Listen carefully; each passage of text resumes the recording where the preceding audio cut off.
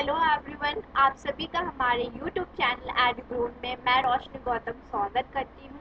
आज career guidance के episode में हम बात करेंगे कि आप पीएचडी कर रहे हैं तो कौन कौन से ऐसे स्कॉलरशिप्स हैं जिसमें आप अप्लाई कर सकते हैं और फाइनेंशियली इंडिपेंडेंट बन सकते हैं। जैसे कि हमें पता है कि अगर आप जेआरएफ करते हैं तो आपको स्टाइपेंड मिलता है 30 to 35,000।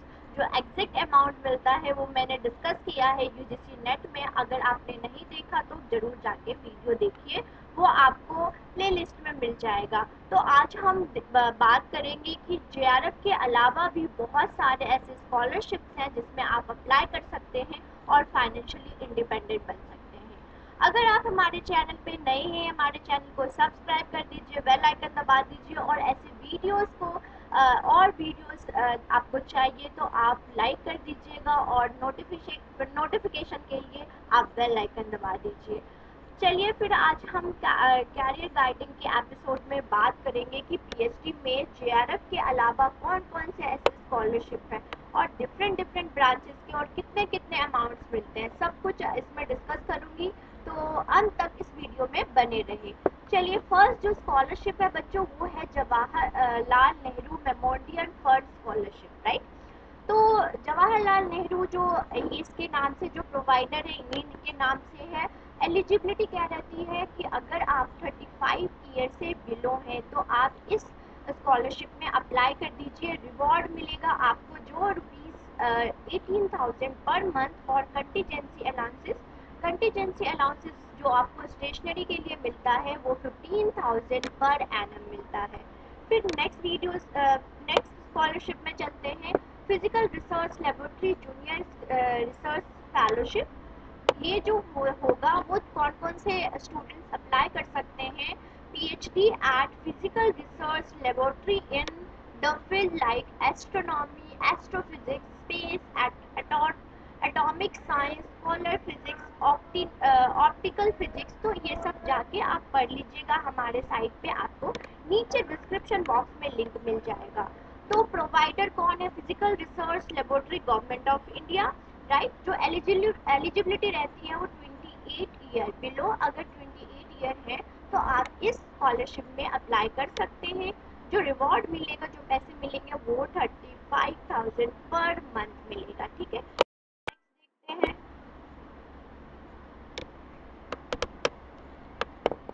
नेक्स्ट में चलते हैं और देखते हैं नेक्स्ट कौन सा आपका स्कॉलरशिप है। चलिए, तो जो थर्ड हमारा स्कॉलरशिप है उसके बारे में बात करेंगे, जो full bright Nehru doctoral research fellowship है। इसमें जो है आपको जो प्रोवाइडर है United state Indian educational foundation, इसके थ्रू आपको मिलता है। एलिजिबिलिटी रहती है पीएचडी एप्लीकेंट के लिए मिलेगी। रिवॉर्ड आपको मिलेगा आपको मंथली स्टाइपेंड। इसको जब आपको मिलता है तो उसको स्टाइपेंड बोलते हैं। लाइक किसके लिए मिलेगा? Visa support, round trip trips, air travel and other benefit के लिए आपको रिवॉर्ड मिलेगा। तो इसमें ये जो है full bright Nehru doctoral research fellowship. Next देखते हैं यूजीसी जूनियर रिसर्च फेलोशिप्स। जो प्रोवाइडर है वो यूजीसी है, जो जिसका फुल फॉर्म है यूनिवर्सिटी ग्रांट कमीशन। एलिजिबिलिटी रहती है master degree holder in humanities, science and social science. इन तीनों स्ट्रीम्स के हैं तो आप अप्लाई कर सकते हैं। रिवॉर्ड आपको मिलेगा 14,000 पर मंथ और जो कंटिजेंसी जो स्टेशनरी के लिए मिलता है वो 25,000 पर एनम मिलेगा। तो इसको अप्लाई करने के लिए अप्लाई कर सकते हैं, जिसका नाम है UGC net junior research fellowship. Next देखिए जो है prime minister fellowship for doctoral research. Prime minister होता है। देखिए इसमें क्या मिलेगा, जो मंथली जो कैंडिडेट है आईआईएससी के और आईआईटी के कॉरिडोर के जो स्टूडेंट्स हैं उनको इस स्कॉलरशिप में अप्लाई कर सकते हैं। जो आपको मिलता है under the scheme of stipend मिलेगा 70,000 for the first year, which increased to 80,000 per month during the 4 to 5 year of months।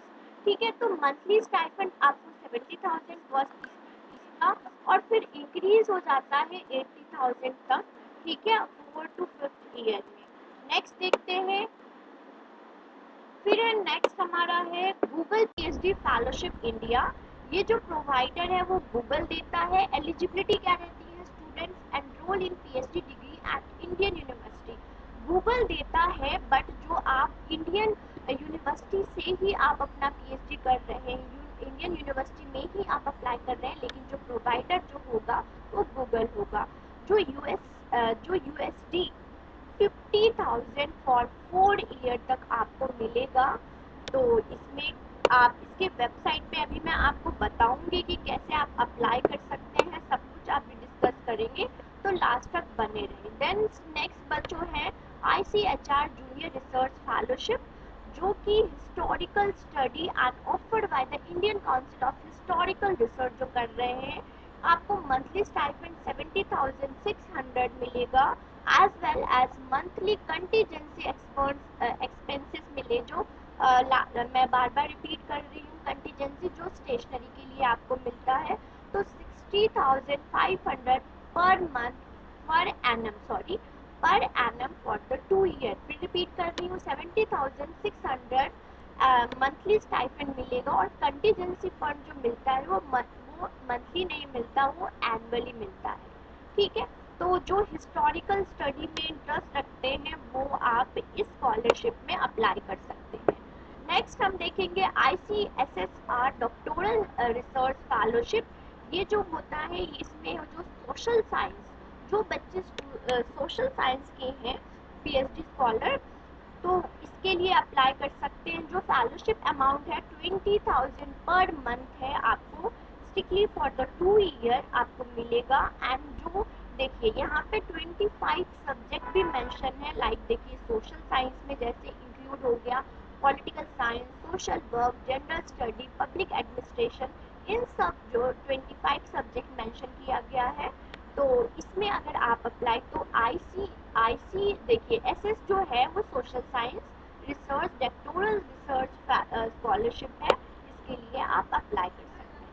Next है मौलाना आज़ाद नेशनल फेलोशिप। ये जो माइनॉरिटी स्टूडेंट्स हैं उनको ये स्टाइपेंड स्कॉलरशिप मिलता है।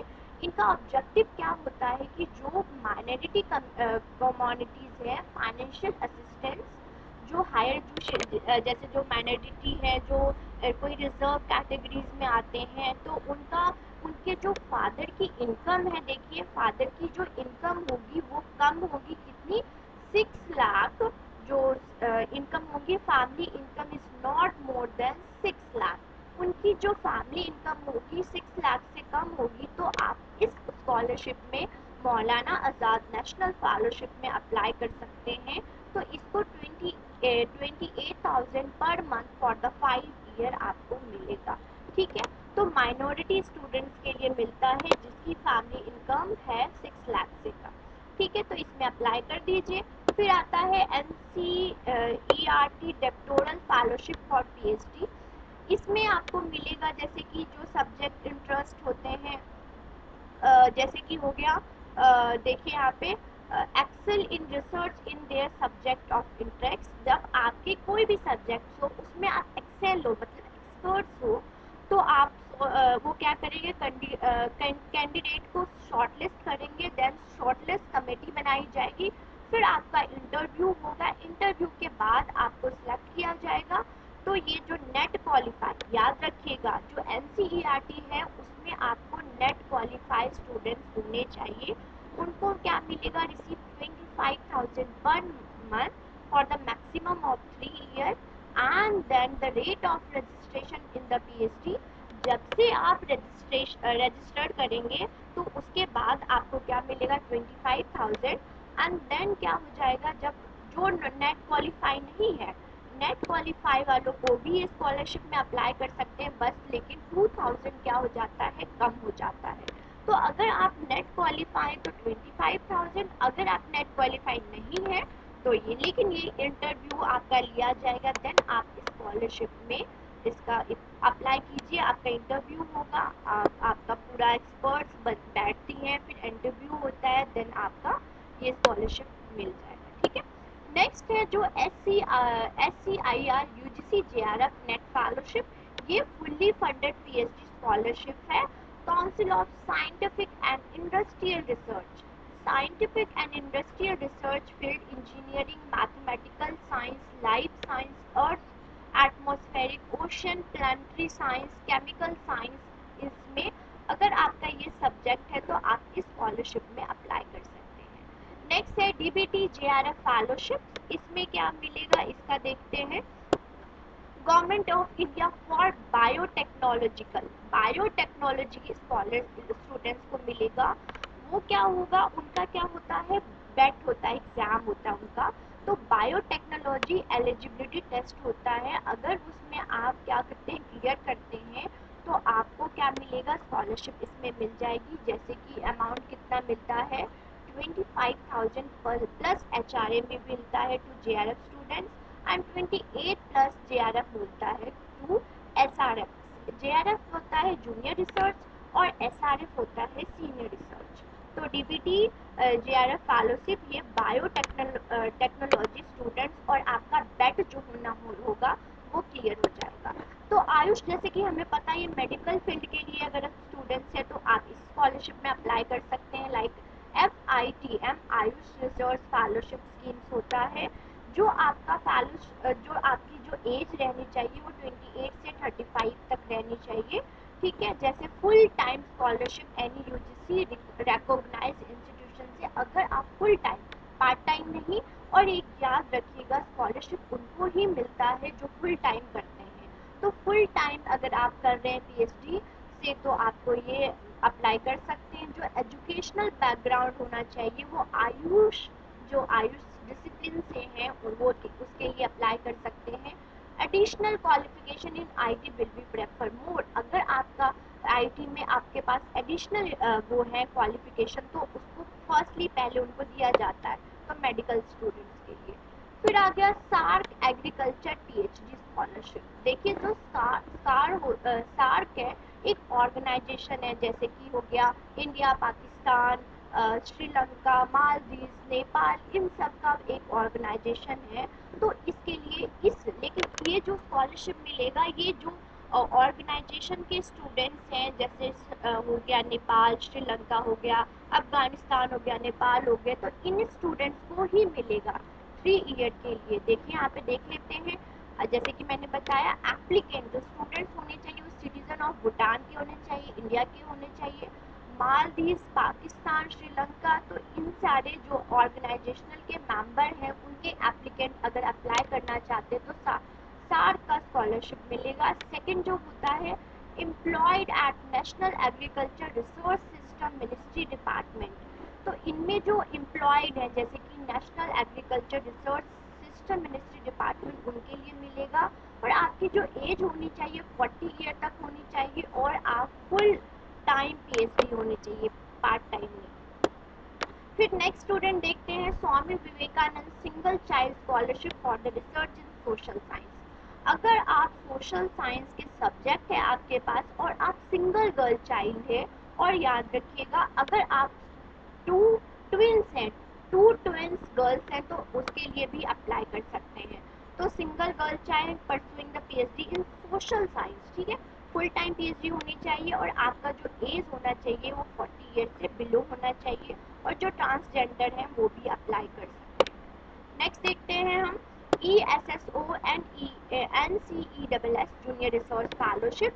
तो स्टूडेंट्स के लिए जो सारे सब्जेक्ट आपको नीचे मिल रहे हैं, अगर इसमें आप पीएचडी कर रहे हैं तो आप अप्लाई कर सकते हैं। जैसे कि MSc की MTech degree in earth system science और रिलेटेड फील्ड में कर रहे हैं, जो ऊपर अब मेंशन है, नीचे डिस्क्रिप्शन बॉक्स में लिंक मिल जाएगा, उसमें अप्लाई कर, उसमें विजिट करके एक बार गो थ्रू कर दीजिएगा। फिर सेकंड है CSIR UGC net qualification for JRF, और एज लिमिट होना चाहिए जो नॉट देन 28 ईयर से आप नहीं होने चाहिए बड़े। Full time PhD for the year of 3 year तक आपको मिलेगा। अब आ जाती है बात कि आप ये सारे स्कॉलरशिप्स हैं तो अप्लाई कैसे करें। तो फर्स्टली स्टूडेंट्स देखिए, जो आप अपने ऑफिशियल मतलब इनके ऑफिशियल वेबसाइट पे जाइए, नहीं तो आप यूजीसी स्कॉलरशिप वेबसाइट मतलब यूजीसी के वेबसाइट पे जाके और यूजीसी स्कॉलर में जाइए और आपको मिल जाएगा। फिर आता है click to scholarship scheme use. जो भी आप स्कॉलरशिप यहाँ पे जो भी मैंने अगर बताया है उसमें किसी में अगर आपका डिसिप्लिन है तो उसमें जाके आप अप्लाई कीजिए, क्लिक कीजिए। फिर एलिजिबिलिटी क्राइटेरिया रहता है कि आप पीएचडी कर रहे हैं तो वो आपके रिसर्च देखेंगे, या फिर आप कर रहे हो तो उसमें फॉर्मेलिटीज़ होती हैं तो वो अप्लाई करोगे। देन वो जो वहाँ पे अथॉरिटी होगी वो विजिट करेंगी। देन फिर उसके बाद वो अप्रूव करेंगी। डॉक्यूमेंट्स जो होंगी वो क्या होगा, एप्लीकेंट के रिक्वायर्ड डॉक्यूमेंट्स मांगेंगी, अप्रूव करेंगे। फिर वो आपके थीसिस और रिसर्च प्रपोजल होती हैं उनको भी वो विजिट करेंगे। देन वो आपको फिर वो फाइनल करेंगे। फिर एप्लीकेंट पर्सनल इंटरव्यू, फिर आपका पर्सनल इंटरव्यू होगा कि आप उस जो सब्जेक्ट्स में कर रहे हो क्या आप उसमें एक्सपर्ट हो, तो इंटरव्यू होता है और अच्छा खासा होता है, तो अपनी तैयारी करके जाइएगा। देन फिर क्या हो जाता है, फिर applicant selected for the grant will be contracted and then track their progress their applicant portal as well. लेकिन एक बार आपको स्कॉलरशिप मिल गया तो आप क्या आप पीएचडी में कर रहे हो, आपकी थीसिस में आपने कितना इम्प्रूवमेंट किया, आप क्या क्या उसमें ऐड ऑन कर रहे हो, सबका उनके पोर्टल पे आप हमेशा अपलोड करोगे तभी आपके स्टाइपेंड होता आएगा। जेआरएफ वाले को भी ऐसा होता है, उनकी प्रॉपर जो अटेंडेंस होती है वो प्रॉपर यूजीसी को जाती है। इन केस आपका अगर पीएचडी क्या कैंसिल कैंसिल भी हो सकता है अगर आप इन एलिजिबल माने जाते हैं। आफ्टर अप्लाइंग द आपका सब कुछ हो गया, लेकिन इन केस उन्होंने देखा कि अगर आप इन एलिजिबल होते हैं तो आपका कैंसिल भी हो सकता है। आपका एक गुड बिहेवियर हो, एकेडमिक तो चलो चलो, लेकिन उसका आपका एक गुड एकेडमिक बिहेवियर भी होना चाहिए। अच्छे पर्सन मतलब मीन्स जेंटलमैन होने चाहिए आप। आपका देखिए यहाँ पे गुड करेक्टर होना चाहिए, आइडियल बिहेवियर होना चाहिए। आप एकेडमिक के साथ साथ इन एलिजिबल होंगे तो भी आपका क्या होगा, कैंसिल हो जाएगा। और आप किसी भी ऑर्गेनाइजेशन यूनिवर्सिटी में हैं तो प्रॉपर अच्छे से रहिए, और फिर आपका तो पीएचडी स्टाइपेंड तो मिलता रहेगा। अगर आप कुछ भी अगेंस्ट द यूनिवर्सिटी करते हैं तो आपका पीएचडी कैंसिल हो जाएगा। तो ये एफएक्यू है जो विजिट कीजिए हमारे साइट पे और देख लीजिए। कोई भी प्रॉब्लम होता है स्टूडेंट्स तो आप नीचे कमेंट सेक्शन में लिखिए, ऑलवेज हम यहाँ पे हैं आपके सारे क्यूरीज या फिर कोई भी डाउट्स के लिए हम यहाँ पे आपके लिए 24/7 अवेलेबल हैं। तो ज़रूर बताइए। और कोई भी अगर हाँ, सबसे बड़ी बात तो अगर हमारे चैनल पे नए हैं तो हमारे चैनल को सब्सक्राइब कर दीजिए, बेल आइकन दबा दीजिए और इस वीडियो को लाइक कर दीजिएगा। थैंक यू, नेक्स्ट वीडियो में मिलते हैं।